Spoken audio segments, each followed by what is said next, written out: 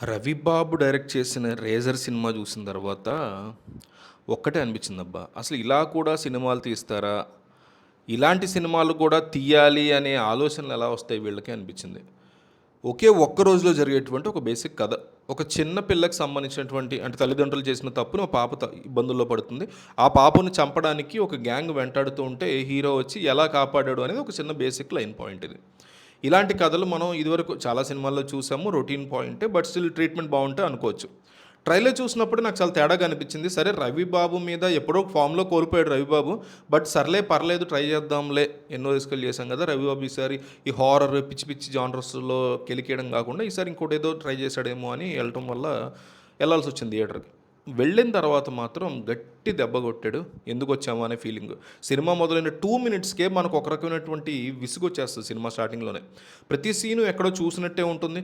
కథలో ఏమాత్రం ఇన్వాల్వ్ అవ్వలేము మనం. ఇంట్రెస్ట్ అనిపియదు. టెక్నికల్‌గా ఏదో కొత్తగా ట్రై చేద్దాము అనే వీడియోని లేయర్ల కింద డివైడ్ చేసుకుంటా ఎళ్ళాడు. కానీ అవి ఏమాత్రం సినిమాని కాపాడలా. కొంచెం పర్లేదనిపించింది కూడా. 'రేజర్' సినిమా నటీనటుల గురించి ఎంత తక్కువ మాట్లాడుకుంటే అంత బెటర్. హీరోగా చేసినటువంటి రవిబాబు సినిమా మొత్తం ఒకే ఎక్స్‌ప్రెషన్ ఉంటాడు. ఇక జూమ్ షాట్, ఎక్స్‌ప్లోషన్. ఎమోషనల్ సీన్‌లో కూడా ముఖంలో చలనం అనేది లేదు ఆయనకి. చిన్న పాపకైతే డైలాగ్స్ లేవు. కానీ విలన్ క్యారెక్టర్లు కూడా చాలా వీక్‌గా రాసుకున్నాడు. వాళ్ళు ఎందుకు అరుస్తున్నారో, ఏంటో, ఎందుకంత బిల్డప్ ఇస్తున్నారో ఎవ్వడికి అర్థం కాదనమాట అల్టిమేట్‌గా. కామెడీ కోసం పనిగట్టుకుని ఒక వ్యక్తిని పెట్టారు కానీ అతను చేసేటువంటి ఓవర్ యాక్షన్ చూస్తే తల పట్టుకునేట్టు నేను థియేటర్‌లో. సినిమా సెకండ్ హాఫ్ అయితే ఒక పెద్ద పరీక్షలాగా అనిపించింది. కేవలం 50 మినిట్స్ ఉన్నటువంటి సెకండ్ హాఫ్ 5 గంటలు ఉందేమో అనే ఫీలింగ్ డెఫినెట్‌లీ క్రియేట్ చేయగలిగాడు సక్సెస్‌ఫుల్‌గా. సినిమా ఎప్పుడైపోతుందా, బయటకొద్దామా అని ఫోన్లు చూసుకునే పరిస్థితి ఉంది థియేటర్‌లో. ఎళ్ళిన థియేటర్‌లో అందరూ కూడా నాతో సహా. మధ్యలో ఫ్లాష్ బ్యాక్ పెట్టారు. దానికి అసలు మెయిన్ స్టోరీకి ఏమాత్రం సంబంధం ఉండదు. అంటే ఏం సంబంధం ఉండదు. హీరోకి ఎలివేషన్ ఇవ్వడానికే దాన్ని బలవంతంగా ఇంక్లూడ్ చేశారు. ఈ 'అడవిశేష్' సినిమాలు ఎక్కువ చూసేసి అట్లాంటి కథ నేను రాసుకోగలను, 'అడవిశేష్' లాంటోడు ఏంటి నేను కూడా చేయగలను అట్లాంటి థ్రిల్లర్ అనే ఉద్దేశంతో రవిబాబు సినిమా తీసాడేమో అనిపించింది నాకైతే. బలవంతంగా ఇరికించేశారు అట్లాంటి ఫ్లాష్ బ్యాక్‌లు. సో, సినిమాలో యాక్షన్ సీక్వెన్స్‌ల గురించి చూసుకుంటే అంటే చాలా గొప్పగా చెప్పాడు ఆయన ఇంటర్వ్యూస్‌లో. తెర మీద చూస్తే అవి చాలా దారుణంగా ఉన్నాయబ్బా! అంటే అవసరం లేని ఒక దారుణమైన హింస, భయంకరమైన వైలెన్స్, బ్లడ్, అసలు అర్థం పర్థం లేని వైలెన్స్ అనమాట.